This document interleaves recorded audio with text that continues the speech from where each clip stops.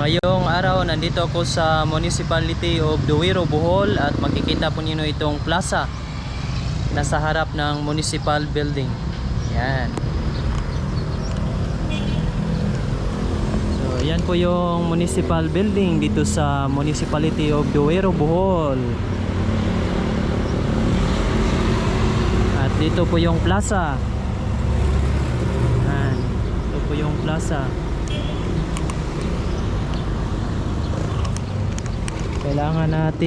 Kailangan kong dumaan dito sa kanan yan. Ito po yung plaza sa Duero, Bohol, Plaza Rizal.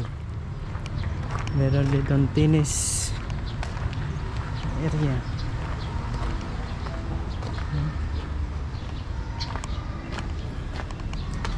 Puno ng kahoy.